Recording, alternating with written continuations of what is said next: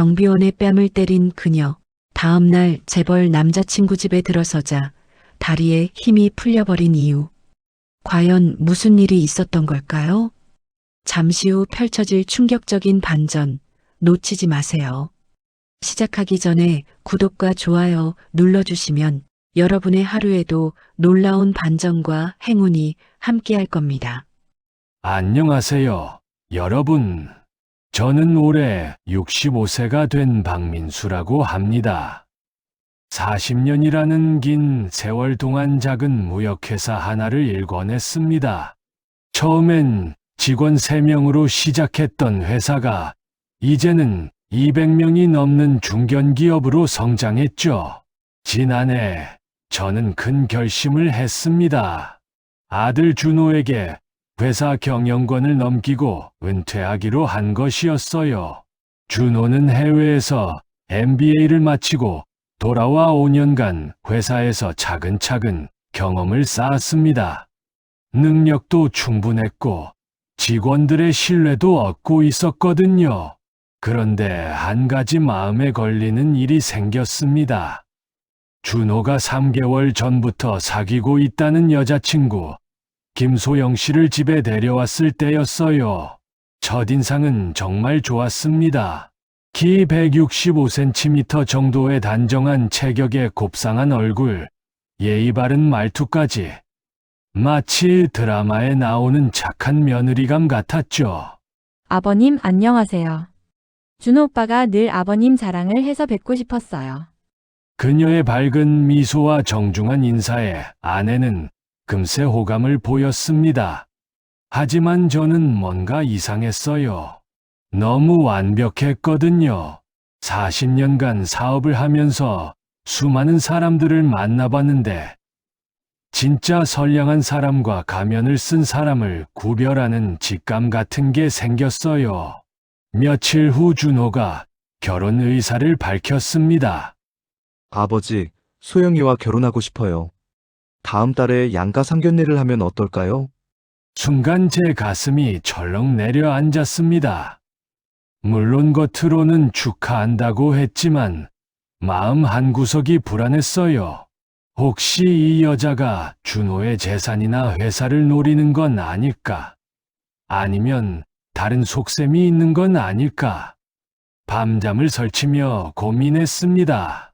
아내에게 털어놓으려 했지만 그녀는 이미 소영 씨를 마음에 들어 했거든요. 당신 너무 의심이 많아. 그렇게 착한 아이를 왜 못 믿어해? 라며 오히려 저를 나무랄 게 뻔했어요. 그래서 내린 결론이 직접 확인해보자는 것이었습니다. 소영 씨가 사는 곳은 강남의 한 고급 아파트였어요. 어떻게 그녀의 진짜 모습을 볼 수 있을까 고민하다가 갑자기 떠오른 아이디어가 있었습니다.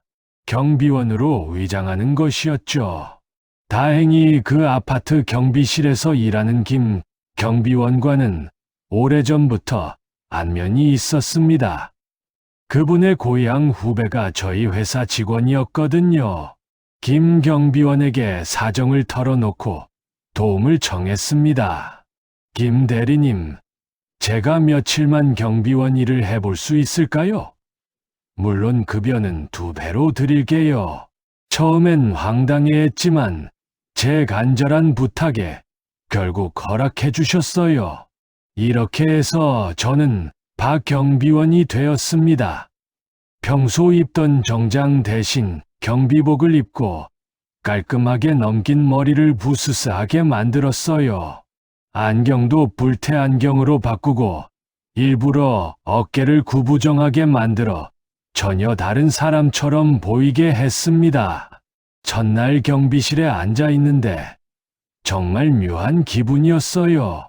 40년간 임원실에서 중요한 결정을 내리던 제가 아파트 현관에서 택배를 받고 방문자를 확인하고 있으니까요. 하지만 이 모든 게 준호의 행복을 위한 것이라고 생각하니 견딜만 했습니다. 과연 소영 씨는 어떤 사람일까? 준호가 없을 때는 어떻게 생활할까? 제 마음은 기대와 불안이 뒤섞여 있었습니다. 곧 그녀의 진짜 모습을 보게 될 테니까요. 경비원으로 위장한 지 이틀째 되는 날이었습니다. 아침 7시 출근 시간에 맞춰 경비실에 앉아 있는데 소영 씨가 나타났어요. 하얀 블라우스에 검정 치마, 깔끔한 메이크업을 한 모습이 여전히 단정해 보였습니다. 안녕하세요. 저에게 가볍게 인사를 건네는 그녀를 보며 혹시 제가 잘못 생각한 건 아닐까 싶었어요. 하지만 40년간 사업을 하면서 기른 직감이 계속 경고를 보내고 있었습니다. 오후 3시경이었습니다. 소영 씨가 쇼핑백을 여러 개 들고 돌아왔어요. 명품 브랜드 가방들이 눈에 띄었습니다. 그런데 엘리베이터 앞에서 갑자기 제게 소리를 지르더라고요. 아저씨, 여기 바닥 좀 보세요. 저는 황급히 경비실에서 나와 확인해 봤습니다. 엘리베이터 앞 바닥에 작은 먼지 몇 개가 있었어요. 사실 그냥 지나다니면서 생기는 정도의 미세한 먼지였는데 이게 청소예요? 눈은 달렸어요, 아저씨. 그 순간 저는 깜짝 놀랐습니다. 몇 시간 전까지만 해도 공손하게 인사하던 그 여자가 맞나 싶을 정도로 완전히 다른 사람이 되어 있었거든요. 목소리 톤부터가 완전히 달랐어요. 날카롭고 거만했습니다. 죄송합니다. 바로 청소하겠습니다. 저는 최대한 낮은 자세로 사과하며 청소 도구를 가져왔습니다. 하지만 그녀의 비난은 멈추지 않았어요. 아니, 요즘 아파트 경비원들이 이런 식으로 일해요? 관리사무소에 얘기해야겠네. 월급만 받고 일은 대충 하고. 저는 40년간 사업을 하면서 수많은 직원들과 함께 일했습니다. 실수가 있을 때도 상대방의 인격을 존중하며 지적했죠. 하지만 이 여자는 달랐어요. 마치 자신보다 아래라고 생각하는 사람에게는 어떻게 말해도 된다는 식이었습니다. 네, 앞으로 더 신경 쓰겠습니다. 저는 꾹 참으며 대답했습니다. 하지만 마음속으로는 분노가 치밀어 올랐어요. 이게 우리 준호가 결혼하겠다는 여자구나. 더 충격적인 일은 그 다음에 일어났습니다. 제가 바닥을 닦고 있는데 갑자기 소영 씨가 로비에 있던 쓰레기통을 발로 차더라고요. 안에 있던 휴지들이 와르르 쏟아졌어요. 뭐 하는 거예요? 제가 당황해서 물어보니까 그녀가 웃으면서 말하더라고요. 아, 실수했네요. 아저씨가 다시 치워주세요. 어차피 청소가 일이잖아요. 그 순간 저는 깨달았습니다. 이건 실수가 아니라 의도적인 괴롭힘이었어요. 저를 무시하고 우습게 보는 거였습니다. 제가 쏟아진 쓰레기를 줍고 있는데 소영 씨가 계속 잔소리를 하더라고요. 아, 답답해. 그것도 제대로 못 줍나? 돈을 받았으면 제대로 일하라고요, 아저씨. 그리고는 믿을 수 없는 일이 일어났습니다. 짝! 그녀가 제 뺨을 때린 거예요. 순간 정신이 번쩍 들었습니다. 65세 평생을 살면서 이런 모욕을 당해본 적이 없었어요. 사업을 할 때도 그 어떤 어려운 상황에서도 이런 대우는 받아본 적이 없었습니다. 뺨이 뜨끈해지면서 분노가 치밀어 올랐어요. 당장이라도 정체를 밝히고 내가 누군지 아느냐고 소리치고 싶었습니다. 하지만 꾹 참았어요. 아직 충분한 증거를 모으지 못했거든요. 죄송합니다. 저는 뺨을 맞고도 고개를 숙여 사과했습니다. 그 순간의 굴욕감은 정말 말로 표현할 수 없을 정도였어요. 하지만 더 큰 목적이 있었죠. 준호를 지키는 것이었습니다. 소영 씨는 만족한 듯 웃으며 엘리베이터에 올라갔어요. 저는 경비실로 돌아가서 떨리는 손으로 물을 한 컵 마셨습니다. 이 여자의 정체를 반드시 아들에게 알리겠다. 마음속으로 굳게 다짐했어요. 준호가 이런 여자와 결혼하게 둘 수는 없었습니다. 그날 밤 집에 돌아가서도 잠이 오지 않았습니다. 오늘 왜 이렇게 늦어? 아내가 물어봤지만 회사에 일이 좀 있었어 라고 대답할 수밖에 없었어요. 거울을 보니 뺨에 아직도 붉은 자국이 남아 있었습니다. 65년을 살면서 이런 굴욕을 당하다니. 하지만 이제 확신했어요. 내 직감이 맞았다고. 소영아, 네가 진짜 어떤 사람인지 이제 알겠다. 하지만 이건 시작일 뿐이야. 더 많은 증거를 모아서 반드시 준호에게 알리겠다. 내일부터 본격적인 관찰이 시작될 것이었습니다. 뺨을 맞은 그날 이후 저는 더욱 신중하게 소영 씨를 관찰하기 시작했습니다. 경비원 일을 하면서도 그녀의 모든 행동을 놓치지 않으려 애썼어요. 그리고 며칠이 지나면서 제가 본 것은 정말 상상을 초월하는 악마 같은 모습이었습니다. 수요일 오전이었습니다. 아파트 청소를 담당하는 50대 중반의 이모님이 복도를 청소하고 계셨어요. 평소에도 묵묵히 성실하게 일하시는 분이었는데 소영 씨가 그분을 발견하더니 갑자기 화를 내기 시작했습니다. 아줌마, 여기 바닥 뭐야? 이게 청소야? 사실 바닥은 깨끗했어요. 그냥 복도를 지나가면서 생긴 발자국 정도였는데 마치 큰 문제라도 되는 것처럼 소리를 지르더라고요. 죄송해요. 바로 다시 닦을게요. 청소 이모님이 고개를 숙이며 사과하시자 소영 씨는 더욱 기세등등해졌어요. 아니, 돈 받고 일하면서 이런 식으로 해? 관리 사무소에 얘기해서 잘라버릴 거야. 그 모습을 보면서 제 가슴이 답답해졌습니다. 자신보다 약한 사람에게는 이렇게 함부로 대하는구나 싶었어요. 그뿐만이 아니었습니다. 며칠 후에는 택배 기사님에게도 똑같이 행동했어요. 택배를 받으면서 갑자기 박스에 작은 흠집이 있다며 난리를 치더라고요. 이게 뭐야? 이렇게 함부로 다뤄도 되는 거야? 안에 뭐 부서졌으면 어떻게 할 거야? 죄송합니다. 확인해 보시고 문제 있으면 야, 내가 언제 이걸 확인하고 있어? 그냥 바로 바꿔와. 네가 이런 식으로 일하니까 택배 일밖에 못하는 거야. 택배 기사님이 당황해 하시는 모습이 안쓰러웠어요. 저는 경비실에서 그 광경을 지켜보면서 주먹을 꽉 쥐고 있었습니다. 며칠이 지나면서 소영 씨의 저에 대한 태도는 더욱 악랄해졌습니다. 특히 목요일 저녁, 그녀가 친구들과 함께 들어오면서 벌인 일은 정말 참기 어려웠어요. 언니들, 저기 저 아저씨 봐. 우리 아파트 경비원인데 나이만 많아가지고 완전 무능해. 그러니 그 나이 먹도록 경비 일이나 하고 있지. 친구들 앞에서 저를 가리키며 큰 소리로 말하더라고요. 그러더니 갑자기 전자담배를 꺼내서 제 얼굴 앞에서 연기를 뿜었습니다. 아저씨, 청소 좀 제대로 해요. 월급 받는 거 미안하지도 않아요? 그 순간 정말 모든 걸 포기하고 싶었어요. 정체를 밝히고 내가 누군지 알아. 라고 소리치고 싶었습니다. 하지만 꾹 참았어요.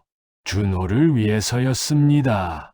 친구들은 소영 씨의 행동을 보며 기득거리고 웃었어요. 마치 약한 사람을 괴롭히는 걸 즐기는 것처럼 말이에요. 그런데 정말 소름 끼치는 건 준호가 나타났을 때였습니다. 금요일 저녁, 준호가 소영 씨를 데리러 왔어요. 그 순간 소영 씨는 완전히 다른 사람으로 변했습니다. 오빠, 오늘 하루도 힘들었지? 목소리부터가 완전히 달랐어요. 부드럽고 상냥하고 마치 천사 같았습니다.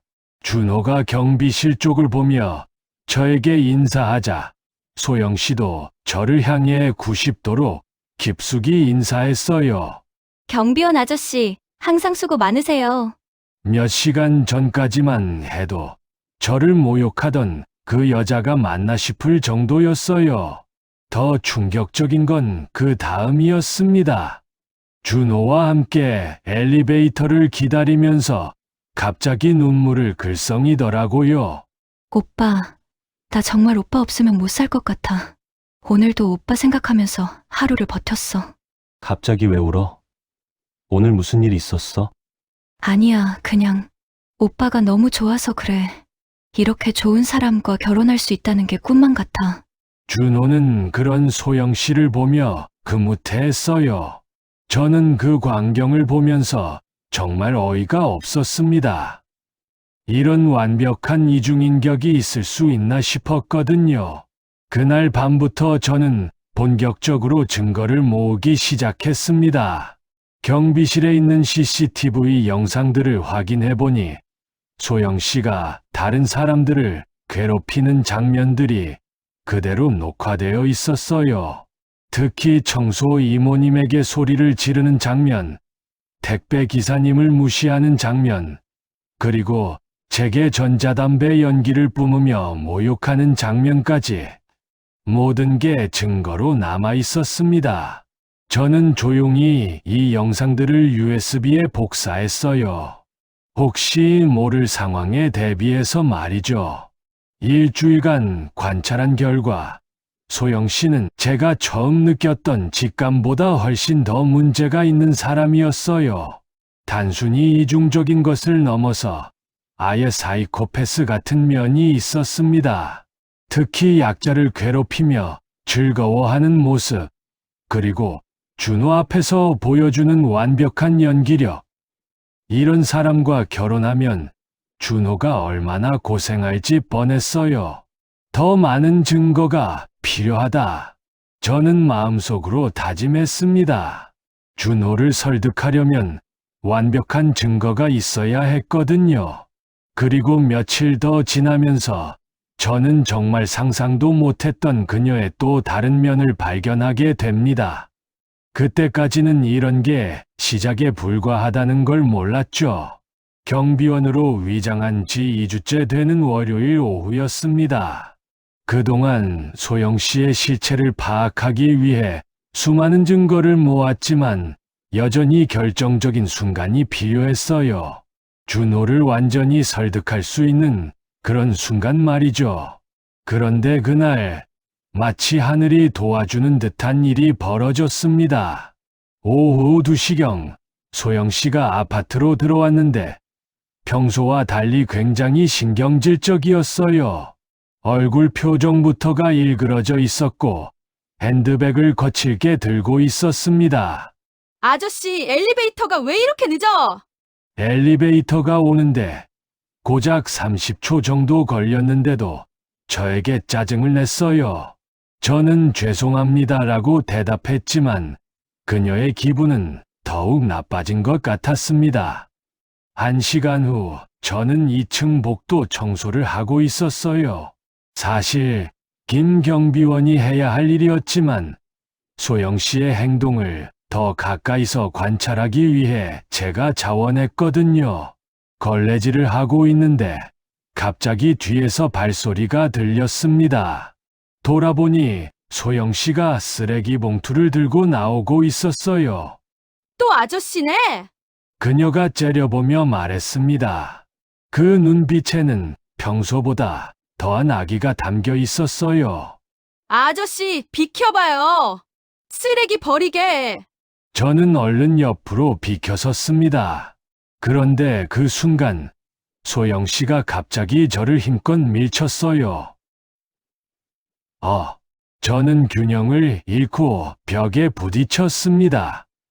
65세의 몸으로는 갑작스러운 충격을 감당하기 어려웠어요. 아저씨, 나 건드리지 말라니까. 그리고는 믿을 수 없는 일이 일어났습니다. 짝! 그녀가 제 뺨을 세게 올려쳤던 거예요. 이번에는 정말 아팠습니다. 귀가 윙윙거릴 정도로 말이죠. 뭐 하는 거예요? 제가 당황해서 물어보자 소영 씨는 더욱 기세등등해졌어요. 뭐 하기는! 늙은 아저씨가 자꾸 내 앞을 막고 서 있으니까 미친 거지.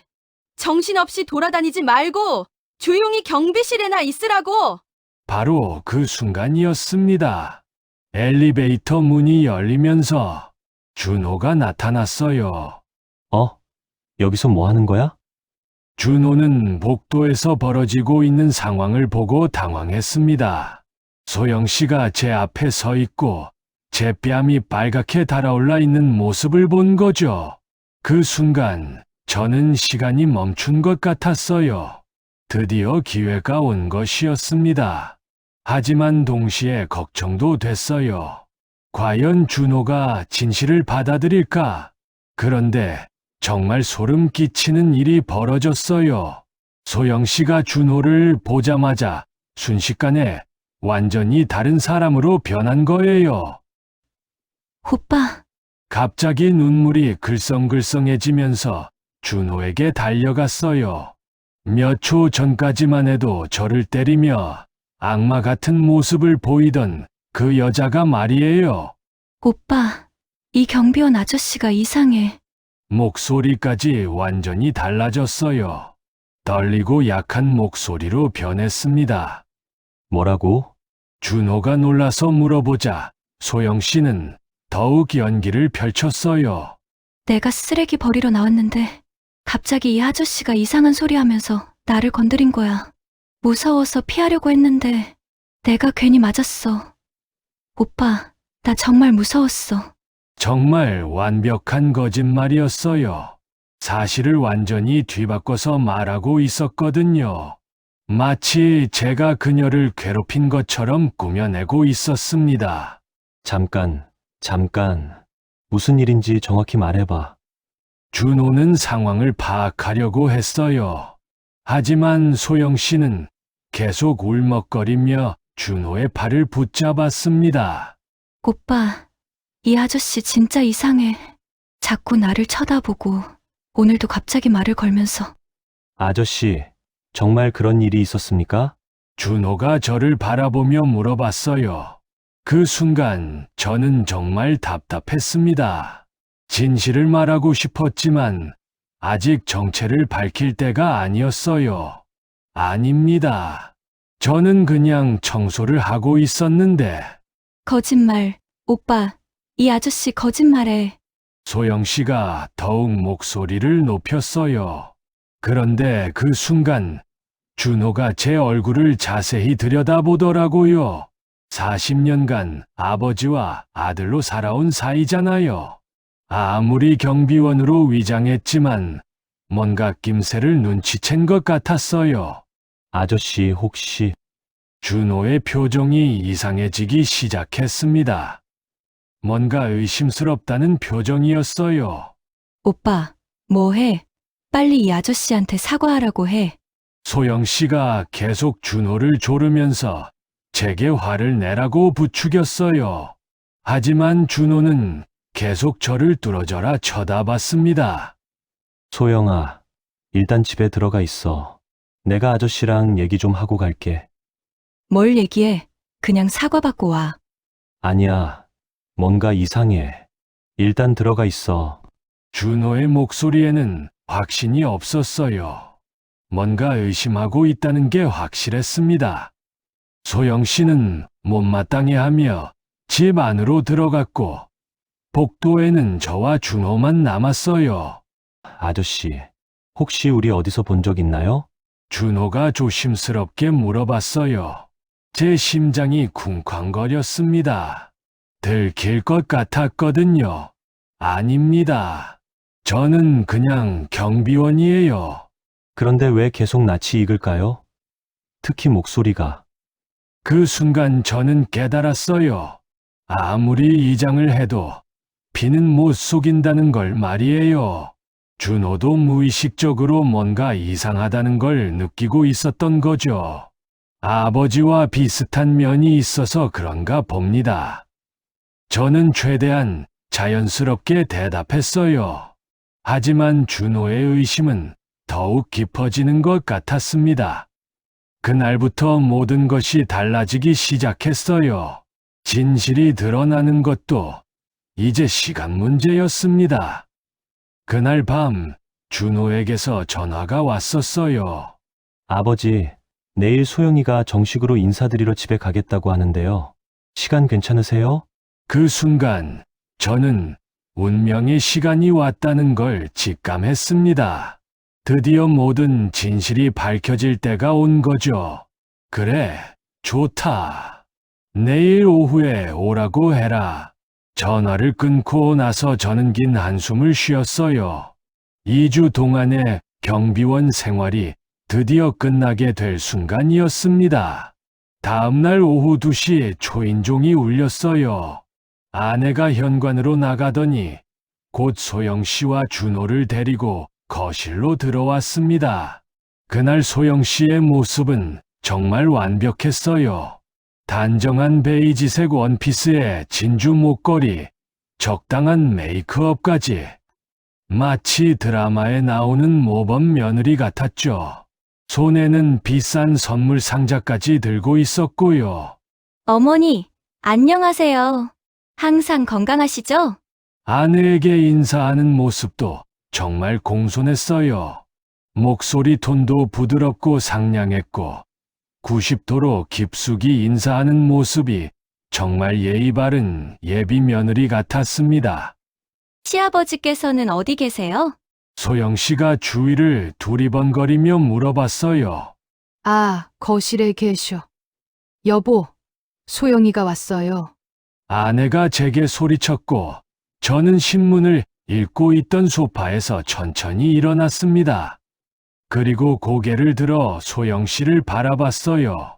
그 순간 정말 시간이 멈춘 것 같았습니다. 소영 씨의 얼굴이 순식간에 새하얗게 변했어요. 마치 유령을 본 것처럼 말이죠. 입이 벌어진 채로 저를 바라보더니 온몸이 떨리기 시작했습니다. 어떡해.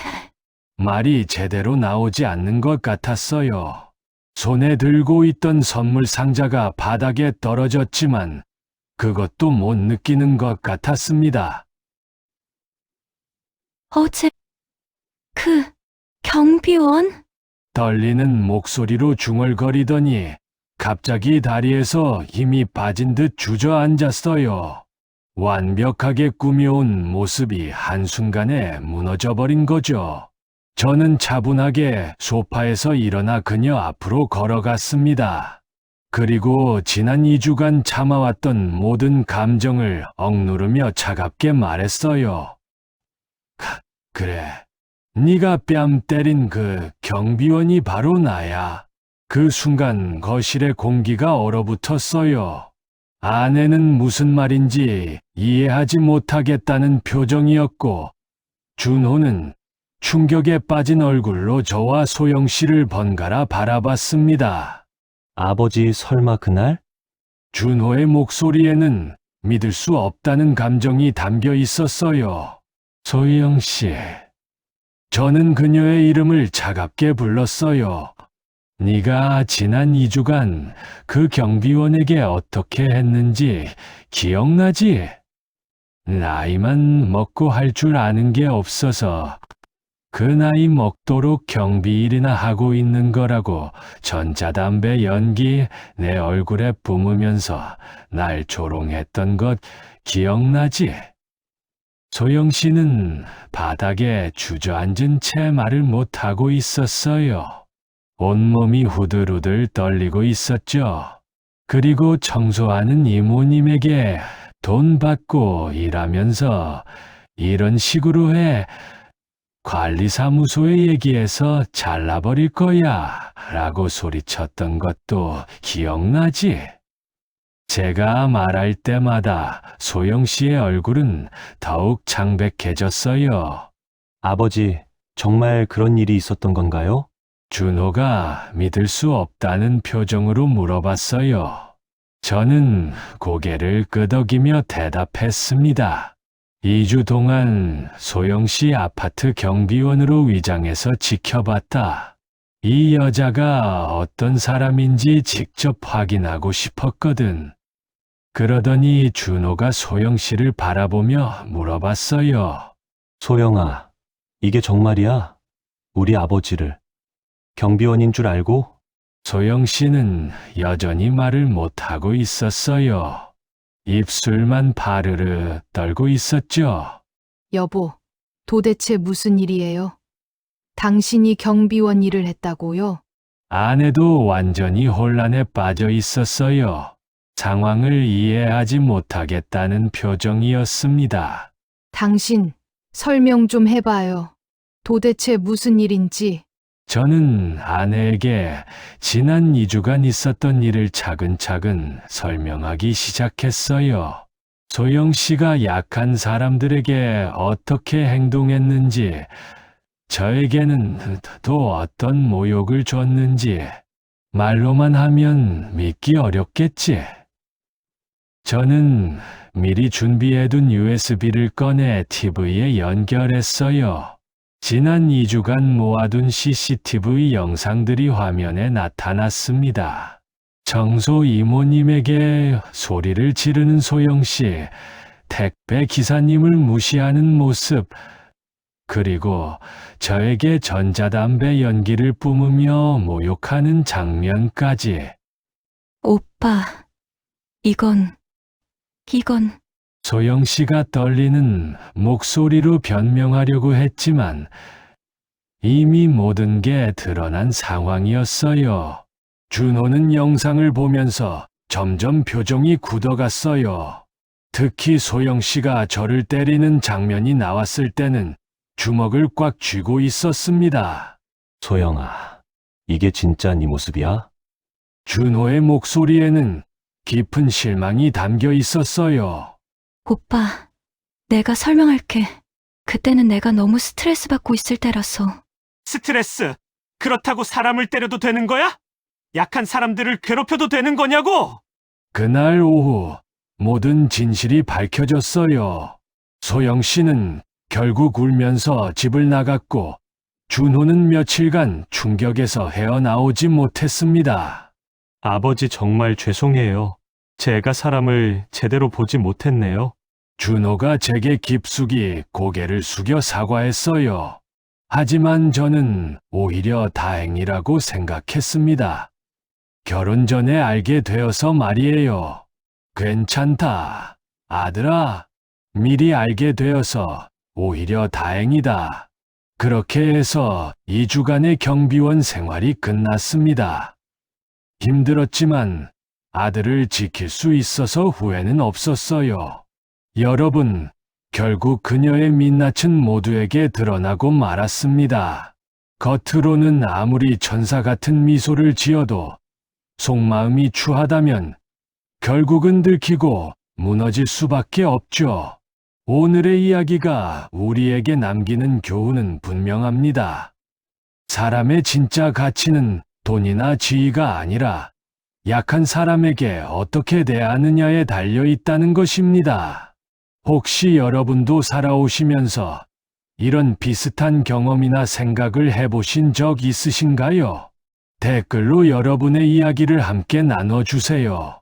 여러분의 한마디 한마디가 저희 흑백 사연의 또 다른 이야기로 이어질 수 있습니다. 그리고 앞으로도 이런 반전 가득한 시니어 사연을 놓치고 싶지 않으시다면 구독과 좋아요, 알림 설정까지 꼭 부탁드립니다. 여러분의 응원 하나가 저에게 큰 힘이 됩니다.